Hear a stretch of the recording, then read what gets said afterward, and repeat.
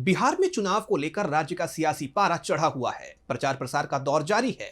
NDA और महागठबंधन के बीच आरोप प्रत्यारोप का सिलसिला भी चल रहा है। इस बीच कांग्रेस सांसद राहुल गांधी ने महागठबंधन के लिए बिहार में पहली जनसभा की। इस दौरान उन्होंने जनता से बात तो की ही, साथ ही एनडीए के खिलाफ मोर्चा भी खोल दिया। तो क्या है पूरी खबर, जानेंगे इस रिपोर्ट में। बिहार विधानसभा चुनाव के लिए ताबड़तोड़ रैलियां हो रही हैं। एनडीए और महागठबंधन दोनों की तरफ से एक के बाद एक जनसभाएं की जा रही हैं। इसी कड़ी में कांग्रेस सांसद राहुल गांधी ने भी प्रचार प्रसार की शुरुआत की। मुजफ्फरपुर और दरभंगा में उनके कार्यक्रमों में बड़ी संख्या में लोग शामिल हुए। इस दौरान उन्होंने रोजगार, स्वास्थ्य, पेपर लीक और पलायन जैसे मुद्दों को उठाया। राहुल गांधी ने कहा कि बिहार में 20 साल से नीतीश कुमार सरकार चला रहे हैं। वो खुद को अति पिछड़ा कहते हैं, लेकिन उन्होंने 20 साल में यहाँ शिक्षा, स्वास्थ्य और रोजगार के लिए कुछ नहीं किया। क्या आप ऐसा प्रदेश चाहते हैं जहां अडानी को 1-2 रुपए में जमीन दे दी जाए और युवाओं को रोजगार न मिले?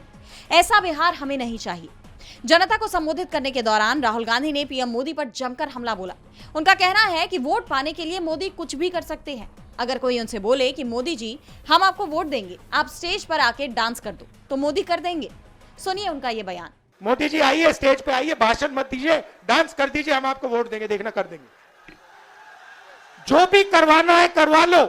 एनडीए पर राहुल गांधी का जुबानी हमला यही नहीं रुका, बल्कि उन्होंने एनडीए में अभी तक सीएम फेस का ऐलान न होने पर साफ कहा कि बीजेपी सिर्फ नीतीश कुमार का इस्तेमाल कर रही है और नीतीश कुमार को कंट्रोल करने का रिमोट बीजेपी के हाथ में है। नीतीश जी का चेहरा का प्रयोग हो रहा है।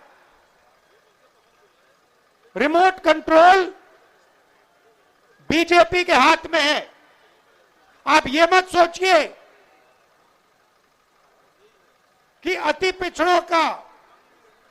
पिछड़ों की आवाज उधर सुनाई देती है। 3-4 लोग कंट्रोल करते हैं, बीजेपी कंट्रोल करती है, उनके हाथ में रिमोट कंट्रोलर है और उनको सामाजिक न्याय से कोई लेना देना नहीं है।